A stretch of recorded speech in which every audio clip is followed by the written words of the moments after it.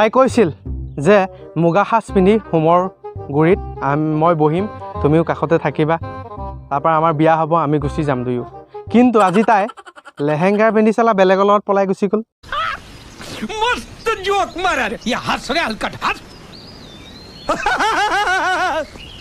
এদিন আফ্ৰিকাত হঠাতে লেংটা মানুহ মানে পাগল এটা লেংটা পেংটাকৈ হাবিৰ মাজত সোমাই গ'ল।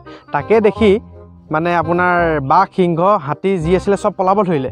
তাকে দেখি জিৰাফ এটাই বাঘটোক পলোৱা দেখি সুধিলে, বাঘ ককাই আপুনিতো বনৰ ৰজা, আপুনি কিয় পলাইছে এনেকৈ ভয়ত?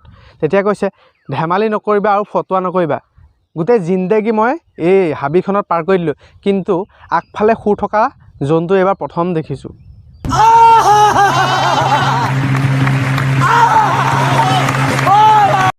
জীৱনত প্ৰথমবাৰ প্ৰেমৰ চিঠি লিখিছিলোঁ। পাগলীজনীয়ে কাৰেণ্টৰ বিল বুলি বাপেকক দি থৈ গুচি আহিলে। মৰম দিয়া ছোৱালী এজনীহে লাগে, এনেই ঢেৰ ছোৱালী নালাগে, মাত্ৰ মৰম দিয়া এজনী ছোৱালীহে লাগে, চেনি দিয়া নহয়, কাৰণ চেনিটো গেলামাল দোকানীয়েও দিয়ে না।